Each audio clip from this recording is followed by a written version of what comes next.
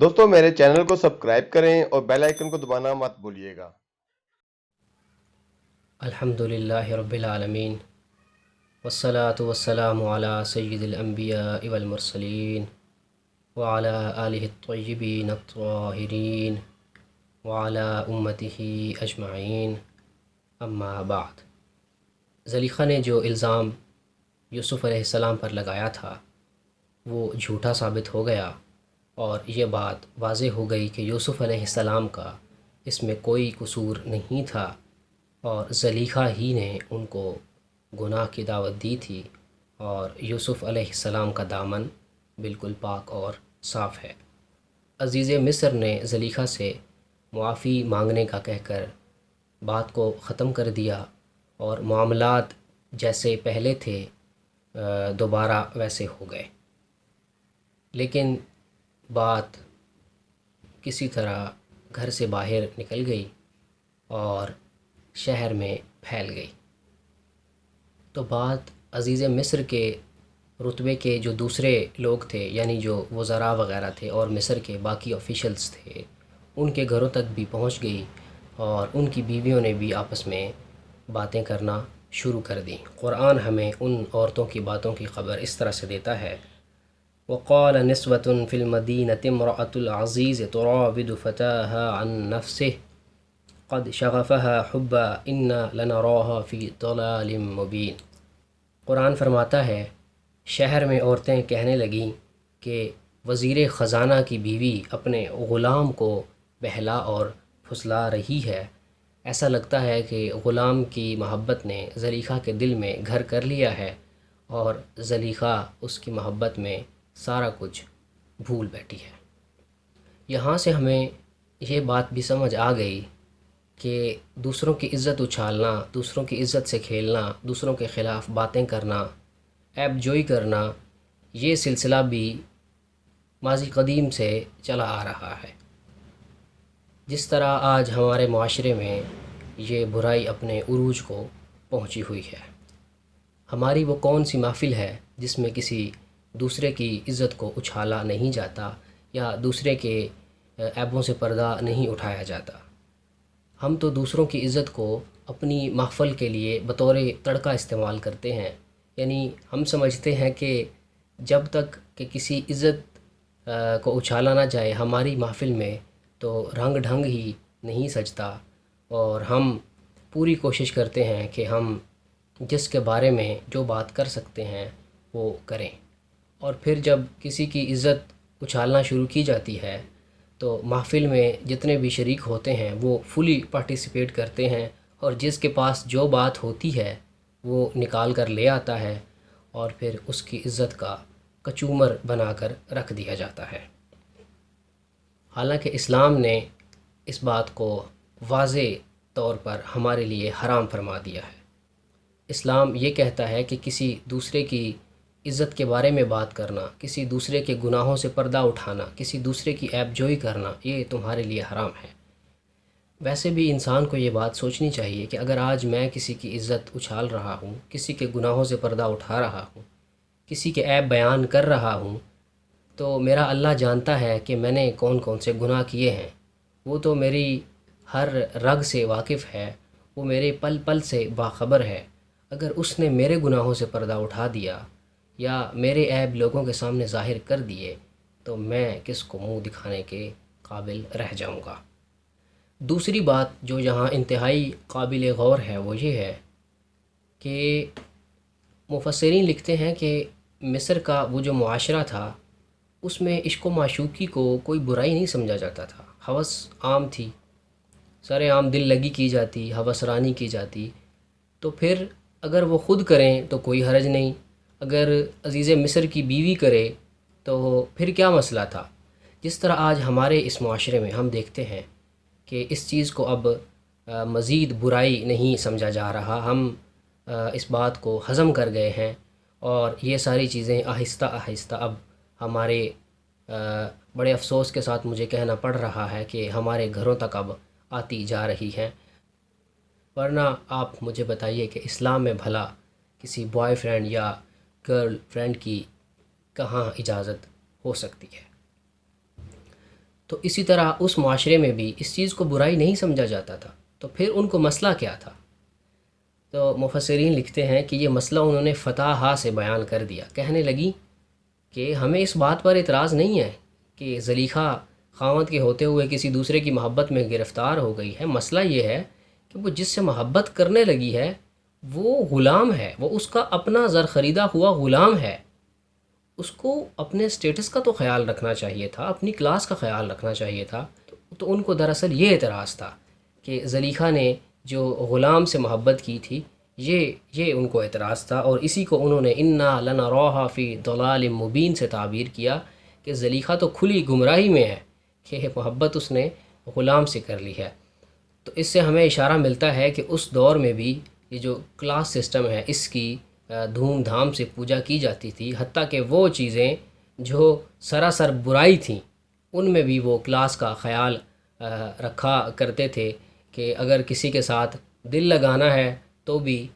وہ اپنی کلاس دیکھ کر لگایا کرتے تھے۔ تو یہ جو کلاس سسٹم ہے اور ایک یہ جو رتبہ اور سٹیٹس ہے،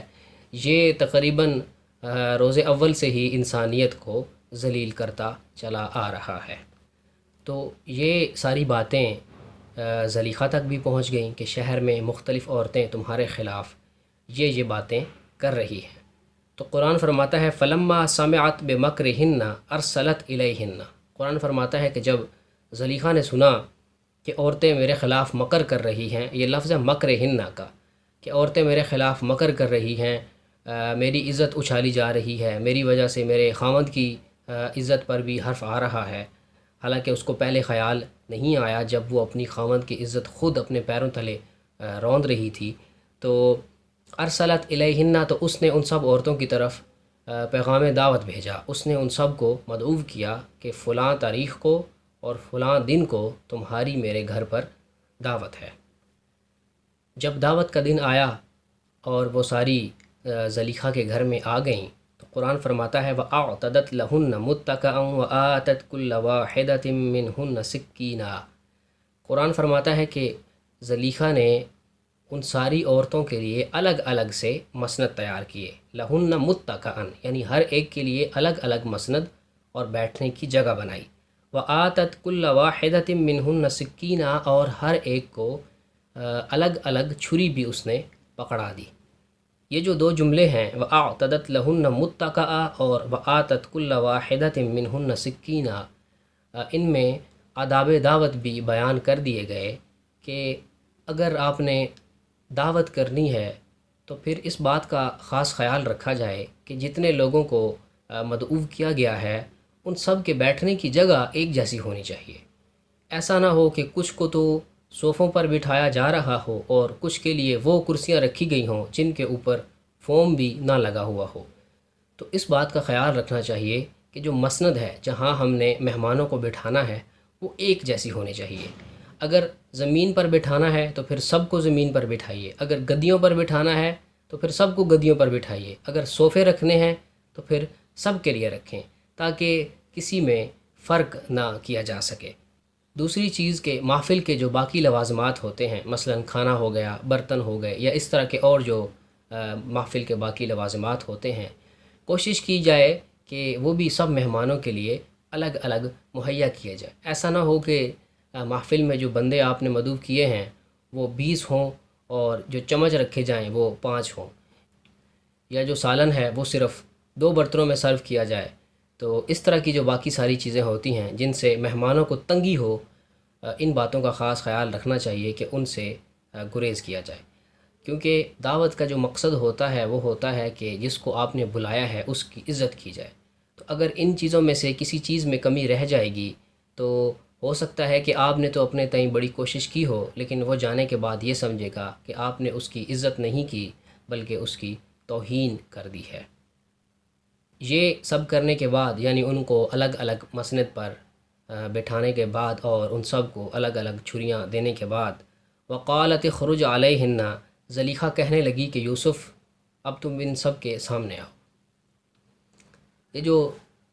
اخرج علیہن ہے اس میں بھی بڑا ایک راز مخفی ہے۔ راز یہ ہے کہ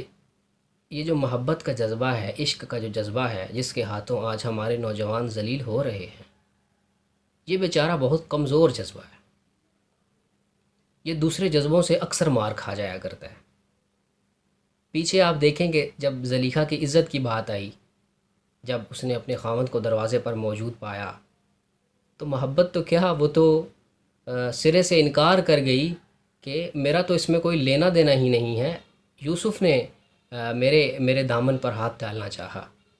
تو وہاں بھی جو جذبہ عزت تھا وہ جذبہ محبت کو مات دے گیا، اور یہاں بھی جب اس نے سنا کہ عورتیں میرے خلاف باتیں کر رہی ہیں، تو یہاں بھی جو اس کی عزت اور آبرو کا جذبہ تھا اور وہ جو اندر ایک غیرت کا جذبہ تھا، وہ جذبہ محبت کو مات دے گیا۔ اچھا، وہ کس طرح؟ وہ اس طرح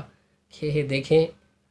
بھلا کون ہے وہ جو اپنے محبوب کو دوسری ہوس زدہ نگاہوں کے سامنے آنے کی اجازت دیتا ہے، اور پھر محبوب بھی کون جو پوری کائنات میں واقعتاً اور حقیقتاً یکتا ہے، اور اس جیسا خوبصورت دوسرا کوئی دنیا میں ہے ہی نہیں۔ تو اس نے اپنے اس محبوب کو سب کے سامنے آنے کی اجازت نہیں بلکہ حکم دیا کہ تم ان سب کے سامنے آؤ۔ تو یہ جو جذبہ محبت ہے یہ بہت کمزور جذبہ ہے، ہم اس کی خاطر اپنا سب کچھ لوٹا دینے کو تیار ہوا کرتے ہیں، لیکن جب وقت آتا ہے تو یہ جذبہ سوائے رسوائیوں کے اور ناکامیوں کے ہمیں اور کسی چیز سے ہمکنار نہیں کرتا۔ تو یہ جو محبت و عشق آج ہم جس کی سارے رٹ لگائے ہوئے ہیں اور اس کی خاطر اپنا سب کچھ تیاگ دینے کو تیار ہیں، یہ حقیقتاً کچھ بھی نہیں ہے۔ کچھ عرصہ گزر جانے کے بعد جب حقیقت ہم پر آشکارا ہوتی ہے تو اس وقت ہم اپنا بہت کچھ قیمتی جو سامان ہوتا ہے وہ لٹا چکے ہوتے ہیں۔ اس لیے ہمیں ہوش کرنی چاہیے اور اس ناقص و ناکارہ جذبے کے ہاتھوں نہ اپنا قیمتی وقت ضائع کرنا چاہیے اور نہ ہی اپنا قیمتی مستقبل داؤ پر لگانا چاہیے۔ تو یوسف علیہ السلام جب ان کے سامنے آئے تو قرآن فرماتا ہے فَلَمَّا رَأَيْنَهُ أَكْبَرْنَهُ وَقَطَّعْنَ أَيْدِيَهُنَّ۔ قرآن فرماتا ہے جب یوسف ان کے سامنے آئے تو وہ حیران اور ششدر رہ گئیں، انہوں نے آج سے پہلے اس قدر حسین انسان جو نہ دیکھا تھا۔ تو قرآن کہتا ہے وَأَكْبَرْنَهُ کہ وہ اس کی بڑائی بیان کرنے لگیں اور حیران ہو گئیں کہ کوئی انسان بھی اس قدر خوبصورت ہو سکتا ہے۔ قرآن بیان کرتا ہے وَقَطَّعْنَ أَيْدِيَهُنَّ کہ انہوں نے اپنی انگلیاں جو تھی وہ زخمی کر لیں۔ یہ جو قرآن نے فرمایا ہے وَقَطَّعْنَ أَيْدِيَهُنَّ، تو اس کے بارے میں اکثر محققین اور اکثر مفسرین کی رائے یہی ہے کہ یہاں سے مراد یہ ہے کہ انہوں نے اپنی انگلیاں زخمی کر لیں۔ اس سے مراد یہ نہیں ہے کہ انہوں نے اپنی انگلیاں کاٹ ہی لیں، اس کی وجہ یہ ہے کہ انگلیوں میں ہڈی ہے اور ہڈی کو چھری سے کاٹنا یہ اتنا آسان کام نہیں ہے۔ اس لیے اکثر مفسرین یہی فرماتے ہیں کہ اس سے مراد یہ ہے کہ انہوں نے اپنی انگلیوں کو زخمی کر لیا اور انہیں پتہ بھی نہ چلا۔ تو درد جو ہے یہ باقی احساسات کی طرح ایک احساس ہے، اور احساسات کا یہ قانون ہوتا ہے کہ جب ایک احساس باقی احساسات پر غالب آ جاتا ہے تو پھر ان کا احساس بندے کو نہیں ہوتا۔ جس طرح یہاں ان کی آنکھوں نے جب اس قدر خوبصورت انسان کو دیکھا تو وہ جو حیرت کا ایک احساس تھا وہ اس قدر غالب آیا کہ جو درد کا احساس تھا وہ جاتا رہا اور انہوں نے اپنی انگلیاں زخمی کر لیں۔ قرآن کہتا ہے وَقُلْنَا حَاشَ لِلَّهِ مَا هَذَا بَشَرًا، وہ کہنے لگیں اللہ کی پناہ یہ تو کوئی انسان ہے ہی نہیں، مَا هَذَا بَشَرًا کہ یہ تو کوئی انسان ہے ہی نہیں۔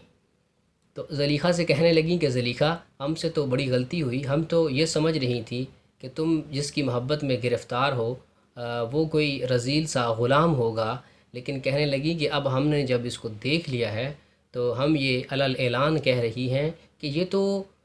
انسان ہے ہی نہیں، ان ھذا الا ملک الکریم،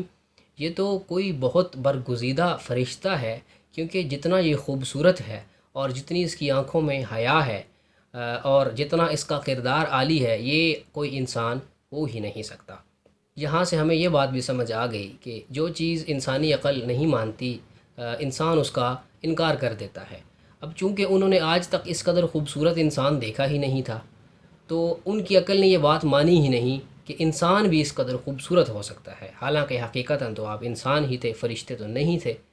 تو ضروری نہیں کہ جو چیز ہماری عقل میں آ رہی ہے وہ اسی طرح ہو، اور جو چیز ہماری عقل میں نہیں آ رہی وہ اس طرح نہ ہو۔ حقیقت حال سے اللہ ہی واضح ہے۔ ہمیں چیزوں کو پرکھنے میں صرف عقل ہی پر یقین نہیں کرنا چاہیے۔ دوسری بات جو ہمیں یہاں سے سمجھ آتی ہے وہ یہ ہے کہ اللہ تبارک و تعالیٰ کی ذات اور فرشتے، یہ دونوں تصورات اس معاشرے میں بھی موجود تھے، اور ان کو تھوڑی بہت جتنی بھی واقفیت تھی وہ حاصل تھی۔ جس طرح کے جو کفار مکہ تھے، ان کو بھی اللہ تبارک و تعالیٰ کی ذات سے واقفیت حاصل تھی۔ قرآن نے گاہے بگاہے بیان کیا کہ جب ان سے پوچھا جاتا ہے کہ یہ چیز کس کی ہے، یہ چیز کس کی ہے، تو وہ جواباً کہتے ہیں کہ یہ اللہ کی ہے۔ اسی طرح وہ فرشتوں سے بھی آگاہ تھے، اسی لیے تو وہ کہتے تھے کہ فرشتے جو ہیں وہ اللہ کی بیٹیاں ہیں۔ تو اگر ماضی کے کسی معاشرے کے بارے میں یہ بات ملے کہ وہاں پر اللہ تبارک و تعالیٰ کی ذات کا تصور موجود تھا یا فرشتوں کا تصور موجود تھا، تو اس کا مطلب قطعاً یہ نہیں ہوتا کہ وہ اہل ایمان بھی تھے۔ ایمان ثابت کرنے کے لیے ہمیں دوسرے قرائن ساتھ دیکھنے ہوں گے۔ تو زلیخا نے ان کی یہ حالت دیکھنے کے بعد کہ وہ اپنی انگلیاں زخمی کر بیٹھی ہیں اور کہہ رہی ہیں کہ یہ تو انسان ہے ہی نہیں، یہ تو کوئی فرشتہ ہے، اس نے کیا جواب دیا اور اس نے کیا رسپانس دیا، یہ انشاءاللہ ہم کل آیت نمبر 32 سے پڑھیں گے۔ وَمَا عَلَيْنَا إِلَّا الْبَلَاغُ الْمُبِينُ۔